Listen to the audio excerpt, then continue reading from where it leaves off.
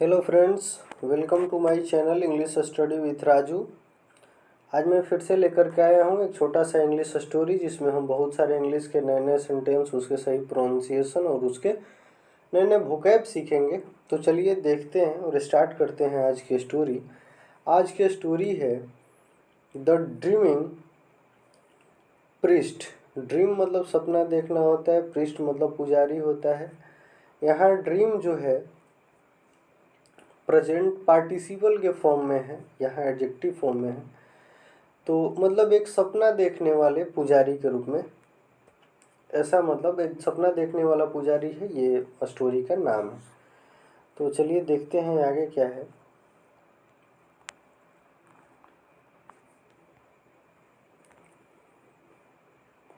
Long time एगो मतलब बहुत दिन पहले या बहुत पुरानी बात है। ऐसे लॉन्ग टाइम एगो बहुत दिन पहले there lived a priest. There lived a priest जो है, लिव्ड जो है ये पास्ट इंडेफिनिट को दर्शा रहा है। मतलब देयर लिव्ड एक रहता था, अ प्रीस्ट क्या, एक पुजारी रहता था। हु वाज, यहाँ हु जो है रिलेटिव प्रोनाउन है जो प्रीस्ट को के बारे में बता रहा है। हु वाज एक्सट्रीमली लेजी, मतलब जो पुजारी रहता था वो बहुत ही, हु वाज एक्सट्रीमली मतलब बहुत ज़्यादा, लेजी मतलब आलसी था। लेजी का मतलब आलसी होता है, एक्सट्रीमली मतलब बहुत ज़्यादा, एक्सेसिव होता है। एंड पुअर, और लेजी के साथ साथ और क्या था, वो पुअर भी था यानी गरीब भी था। एट द सेम टाइम मतलब उस मतलब ठीक उसी टाइम जब वो लेजी भी था और उसी वक्त वो गरीब भी था, मतलब उसी टाइम ठीक, मतलब कि ऐसा नहीं है कि कभी वह गरीब था और कभी वह लेजी था, नहीं, मतलब जो लेजी भी था और गरीब भी था साथ ही साथ। नेक्स्ट है he did not want to do any hard work. He did not want, ये जो है निगेटिव सेंटेंस है, प्रेजेंट पास्ट इंडेफिनिट टेंस का, sorry. He did not want, वह नहीं चाहता था, टू डू एनी वर्क मतलब करना, एनी हार्ड वर्क मतलब कोई भी मुश्किल कठिन कार्य, वह मेहनत वाला काम नहीं करना चाहता था। नेक्स्ट है but used to dream. Used to यहाँ जो है पास्ट के आदत को दर्शाने के लिए, ही यूज टू प्ले वह खेला करता था, ही यूज टू टीच वह पढ़ाया करता था। तो ऐसे जो है पास्ट की आदतों को दर्शाता है यूज टू से, मतलब कि बट यूज टू ड्रीम मतलब लेकिन वह मेहनत तो नहीं करता था, वह कड़ी मेहनत नहीं करना चाहता था। लेकिन यूज टू ड्रीम मतलब वह सपना देखा करता था। ऑफ बीइंग रिच मतलब धनी होने का। वन डे एक दिन, ही गॉट हिज फूड मतलब वह अपना भोजन पाया, by begging for arms. Arms मतलब भिक्षा होता है, ये नाउन के रूप में इसका अलग रूल होता है। अगर ग्रामर पढ़ेंगे तो इसमें बताया जाता है कि आम के साथ हमेशा जो है एस लगता है। मतलब कि ही गॉट हिज फूड, वह अपना भोजन पाया किस रूप में, मतलब भिक्षा के रूप में। बेग मतलब मांगना होता है, मतलब भिक्षा मांगा अपने भोजन के लिए, मतलब भिक्षा के रूप में उसे भोजन मिला, ये कहना चाह रहा है। आगे है वन मॉर्निंग एक दिन सुबह, he got a pot of milk. Got मतलब यहाँ गेट का सेकेंड फॉर्म गॉट है, मतलब वह पाया या उसे मिला। अ पॉट ऑफ मिल्क मतलब एक दूध से भरा बर्तन, या मतलब पॉट मतलब वो दवात भी बोल सकते हैं, मतलब एक दूध से भरा बर्तन या उसमें दूध था ऐसा बोल रहा है, मतलब उसे मिला। As part of the arms मतलब, और वो भी किस रूप में, मतलब ये भी भिक्षा के रूप में ही उसे मिला। नेक्स्ट है he was extremely dilated.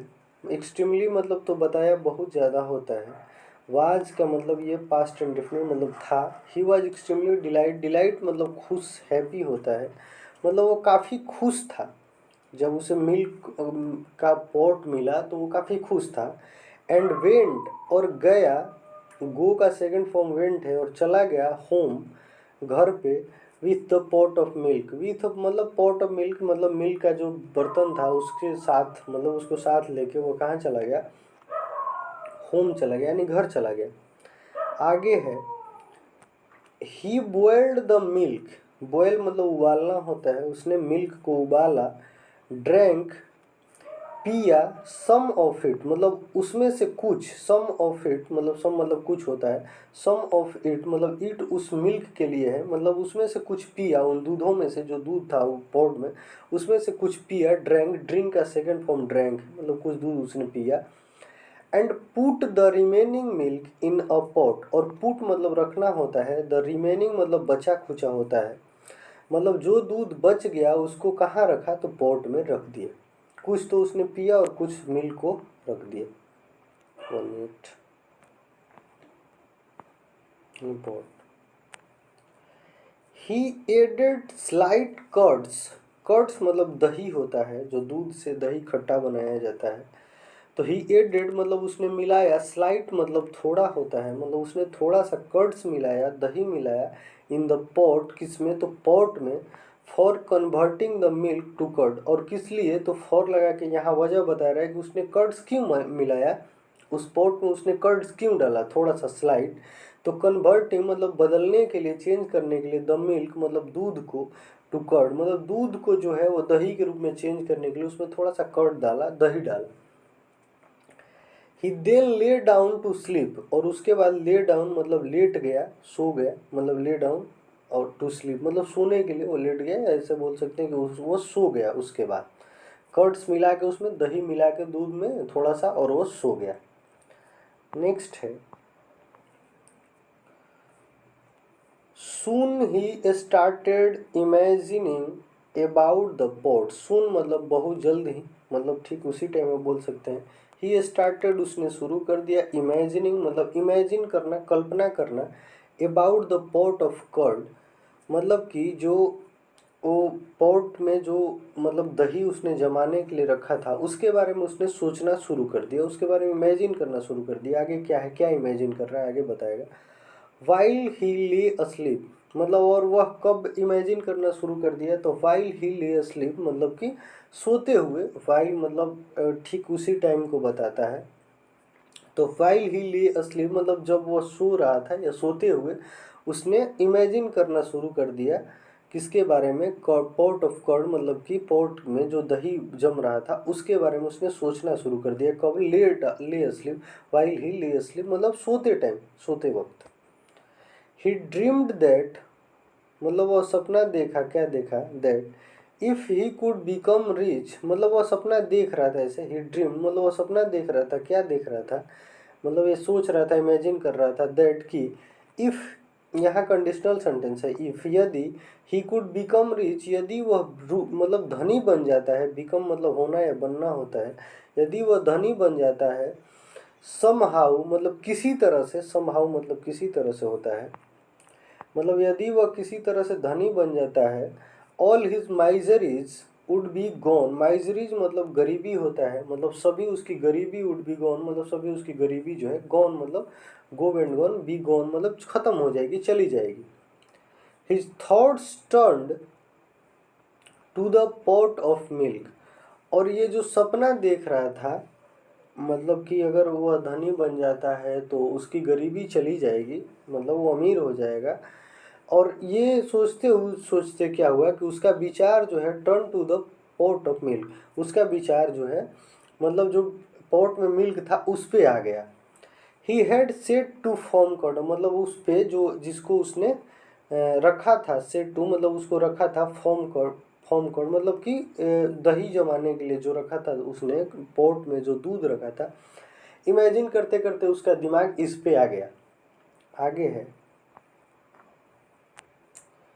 He dreamed on मतलब ड्रीम ऑन मतलब वह सपना देखने लगा, क्या, कि by morning the pot of milk would sit मतलब कि जो पॉट ऑफ मिल्क है मतलब मिल्क जो है पॉट में, बाई मॉर्निंग मतलब सुबह तक, the pot of milk would sit मतलब वह जम जाएगा, it it would be converted to curd और यह वुड बी कन्वर्टेड मतलब यह बदल जाएगा, चेंज हो जाएगा, टू कर्ड मतलब दही के रूप में। I would churn the curd मतलब कि मैं, चर्न मतलब मथना होता है, मैं इसे मथूंगा, द कर्ड मतलब दही को, एंड मेक बटर और क्या करूँगा, बटर निकालूंगा उसमें से, मक्खन निकालूंगा। 1 मिनट, मतलब मेक बटर मतलब मैं मक्खन बनाऊंगा, मक्खन निकालूंगा फ्रॉम इट मतलब उसमें से, किस में से, कर्ड्स में से, दही में से। आगे है I would heat the butter. I would heat, heat मतलब गर्म करना होता है, मतलब मैं गर्म करूंगा द बटर। ये सारी अभी कल्पना कर रहा है, ये सोच रहा है, इमेजिन कर रहा है, सोच। I would heat the butter मतलब मैं बटर को हीट करूंगा and make ghee out of it. और क्या करूंगा, मेक घी मतलब घी बनाऊंगा। वो क्या होता है ना कि जब मक्खन उसमें से निकाला जाता है तो मथनी होता है, जो चरनी उसको बोला जाता है। और पता नहीं आप लोग अपने भाषा में क्या बोलते हैं उसको, तो उसको हम लोग मथनी बोलते हैं। तो उसको जो है क्या किया जाता है, उसको मथा जाता है उसमें। तो उसमें से, उसमें क्या होता है कि घी सट सट जाता है उसके जो लकड़ी वाला होता है उस पार्ट में, और फिर उसको उंगली से निकाल लिया जाता है। तो वही बोल रहा है make ghee out of it, मतलब वो जो है क्या करेगा, ऐसा सोच रहा है वो कि फिर दही जमाएंगे, फिर उसमें से बटर निकालेंगे, और फिर बटर निकाल के फिर उसको हीट करेंगे, फिर घी बनाएंगे, ऐसा वो सोच रहा है। I will then go to that market. और उसके बाद क्या सोच रहा है वो, इमेजिन कर रहा है, I will then go to that market, और मैं जाऊंगा, तब जाऊंगा मार्केट में, एंड सेल दैट, सेल मतलब बेचूंगा, दैट उसे, दैट घी मतलब उस घी को क्या करूंगा, बेचूंगा, एंड मेक सम मनी और मतलब कुछ पैसा कमाऊंगा, कुछ पैसा बनाऊंगा।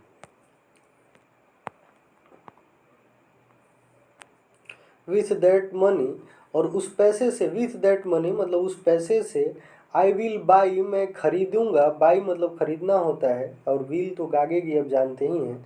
तो आई विल बाई मैं खरीदूंगा, अहेन मतलब एक मुर्गी खरीदूंगा। मतलब अभी ये सोच रहा है, जो दूध मिला है उसने जमाने जमाने के लिए रखा है, सोच रहा है कि फिर उसको मैं दही जमाऊंगा, फिर उसको मथूंगा, चर्निंग करूंगा, फिर उसमें से बटर निकालूंगा, फिर घी निकालूंगा, घी निकाल के मार्केट में बेचूंगा, फिर उससे पैसा अर्न करूंगा, और उसके बाद क्या करूंगा, अहेन मतलब एक मुर्गी मुर्गी खरीदूंगा। आगे है द हेन विल ले मे इग्स, और ऐसा सोच रहा है कि द हेन जो मैं मुर्गी खरीदूंगा, द हेन विल मतलब जो मुर्गी जो है क्या करेगी, ले मे इग्स मतलब वो अंडा देगी। ले मतलब ले इग ऐसे अंडा देना ही होता है इसका मतलब वो अंडा देगी।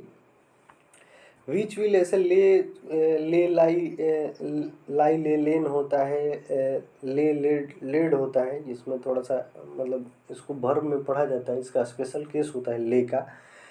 तो एक लाई मीन्स झूठ भी होता है, ये स्लाई मीन्स देना, लेटाना, बिछाना, लेटना, ऐसे होता है। तो ही मतलब आगे क्या बोल रहा है, then he will lay may drugs मतलब, और जो मुर्गी लाऊंगा वो क्या करेगी, कुछ अंडा देगी। Which will hatch, which will hatch and there will be many chicken, और उस अंडा से क्या, हैच मतलब उसमें से बच्चा निकलना होता है, मतलब वो अंडा क्या करेगा, बच्चा निकलेंगे उसमें से, चिकन निकलेंगे, and there will be many chicken, और बहुत सारे मुर्गे मुर्गी हो जाएंगे। The chicken will in turn lay 100 of egg, और ये चिकन जो है क्या करेंगे, टर्न ले 100 मतलब कि ये जो है मतलब बहुत सारे अंडों के रूप में बदल जाएंगे, मतलब ये बहुत सारे अंडे देंगे ऑफ एग्स। आगे है and I will soon have a poultry farm of my own. और क्या बोल रहा है कि जब ये सारे चिकन मिल के बहुत सारे अंडे देने लगेंगे तो फिर और सारे मुर्गे मुर्गी हो जाएंगे। तो उसके बाद बोल रहा है आई विल सून हैव, मेरे पास बहुत जल्दी होगा, है मतलब होना रखना होता है, मतलब मेरे पास होगा अ पोल्ट्री फार्म मतलब मुर्गी फार्म होगा, पोल्ट्री मतलब मुर्गी होता है, मुर्गी पोल्ट्री फार्म मतलब मुर्गी फार्म जहाँ मुर्गे मुर्गी पाले जाते हैं। और बहुत जल्दी जब बहुत सारे मुर्गी मुर्गी हो जाएंगे तो मेरे पास एक अपना जो है, ऑन मतलब अपना होता है, एक अपना पोल्ट्री फार्म होगा। He kept on imagining, keep on यहाँ फ्रेजल वर्ब है, और कीप ऑन का सेकेंड फॉर्म केप्ट ऑन है, मतलब जारी रखना, कीप ऑन मीन्स होता है, मतलब वह जारी रखा, इमेजिनिंग मतलब वह ऐसा ड्रीम, वैसा सपना, ऐसा कल्पना करता रहा।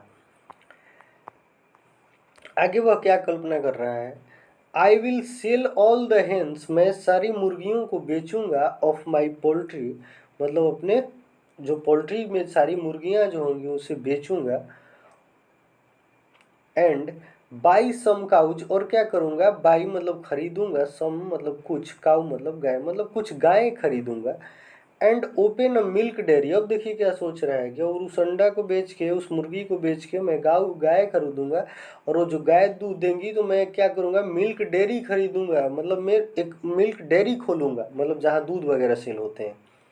आगे है, all the town people will by milk from me, और सभी जो है टाउन पीपल यानी शहर के लोग जो हैं बाई करेंगे, खरीदेंगे मिल्क दूध को, फ्रॉम मी मतलब मेरे से खरीदेंगे, ऐसा वो कल्पना कर रहा है। I will be very rich मतलब मैं काफ़ी धनी हो जाऊंगा, एंड सून और जल्दी, I shall buy jewels, jewels मतलब गहने होते हैं, और जल्द ही मैं गहने खरीदूंगा। The king will buy all the jewels from me, और जो राजा हैं विल बाई खरीदेंगे सभी गहनों को, ऑल द ज्वेल्स सभी गहनों को, फ्रॉम मी मतलब मेरे से खरीदेंगे। आई विल बी, अभी तक ये इमेजिन ही कर रहा है, I will be so rich मतलब मैं काफ़ी धनी हो जाऊंगा, that I will be able to marry मतलब कि मैं, 1 minute, I will be so rich that I will be able to marry an exceptionally beautiful girl, मतलब I will be so rich, ये सो और दैट जो है ये adverb में इसको पढ़ा जाता है, तो मतलब इतना कि इतना जितना के सेंस में आता है, मतलब I will be so rich मैं इतना धनी हो जाऊंगा, दैट कि मतलब मैं इतना धनी हो जाऊंगा कि I will be able to marry an exceptionally beautiful girl, मतलब कि एक एक्सेप्शनली मतलब खास तौर पे मतलब स्पेशल, एक मतलब स्पेशल गर्ल मतलब कि जो थोड़ी हट के होगी, उसे मैं मैरी करूँगा, शादी करूँगा। I will be able to marry मतलब मैं एबल हो जाऊँगा शादी करने में जब मेरे पास बहुत सारे पैसे हो जाएंगे तो, और किसे शादी करने में, एन एक्सेप्शनली ब्यूटीफुल गर्ल मतलब एक खास तौर की अलग तरह की, मतलब एक खूबसूरत लड़की से आप ऐसे समझ सकते हैं इसको। फ्रॉम अ रिच फैमिली, और वो भी किस फैमिली की होगी वो लड़की, तो एक रिच फैमिली होगी मतलब मेरे लेवल से हट के होगी, वो इसीलिए एक्सेप्शनली बोल रहा है। सून जल्द ही, I will have a handsome son, और जल्द ही उस औरत से क्या होगा, आई विल हैव मेरे पास होगा, अ हैंडसम सन मतलब एक खूबसूरत बेटा होगा मेरे पास। आगे क्या है, ये सब कल्पना कर रहा है, इमेजिन कर रहा है। If he does any mischief, mischief मतलब शरारत होता है, और वो बेटे के बारे में सोच रहा है कि अब जब मेरा बेटा होगा, और यदि ही डज एनी मिस्चीफ यदि वो कोई शरारत करता है, I will be very angry मैं काफ़ी गुस्सा हो जाऊंगा, वेरी एंग्री मतलब बहुत गुस्सा हो जाऊंगा, एंड टू टीच हिम, और मैं उसे सिखाऊंगा, अ लेसन एक लेसन सिखाऊंगा मतलब उसे पाठ सिखाऊंगा, तरीका सिखाऊंगा। I will hit him, hit मतलब पीटना होता है, मैं उसे पीटूंगा विथ अ बिग स्टिक एक बड़े से छड़ी से, जब वो मिस्चीफ यानी शरारत करेगा। ड्यूरिंग दिस ड्रीम, इस ड्रीम के दौरान मतलब अभी तो बोल रहे हैं कि सपना देख रहा है अभी ना, सब कुछ ये सपना देख रहा है, दही बेचूंगा क्या क्या करूंगा जो भी, तो क्या बोल रहा है, during this dream he involuntarily picked up the a stick next to his bed, मतलब इनवॉल्यूंटरीली मतलब कि अचानक से, अनजाने में, इनवॉल्यूंटरीली ही मतलब अनजाने में ही, पिकअप मतलब उठाना होता है, पिकड उसने उठाया, द स्टिक को, नेक्स्ट टू हिज बेड जो उसके बेड के बगल में था, नेक्स्ट टू हिज बेड मतलब उसके बेड के बगल में जो स्टिक था उसे अनजाने में उसने उठाया, एंड थिंकिंग और सोचते हुए, दैट कि he was beating his son वह अपने बेटे को पीट रहा है, रेज द स्टिक, रेज मतलब उठाना होता है, स्टिक को उठाया, एंड हिट द पॉट और क्या किया, पॉट को हिट कर दिया यानी पॉट पे ही मार दिया स्टिक को, और ये ऐसा सोच रहा है मन में सोच सोच कि मैं अपने बेटे को मार रहा हूँ। The pot of milk broke, जो मिल्क का जो पॉट था वो ब्रोक हो गया, ब्रेक का सेकंड फॉर्म ब्रोक हो गया यानी कि टूट गया, and he अवोक from his day dream, और जब वो टूट गया तो वो अवेक का सेकंड फॉर्म अवोक है, वह जग गया, फ्रॉम हिज डे ड्रीम मतलब अपने दिन के में ही देख रहे सपनों से वह जग गया। आगे क्या है,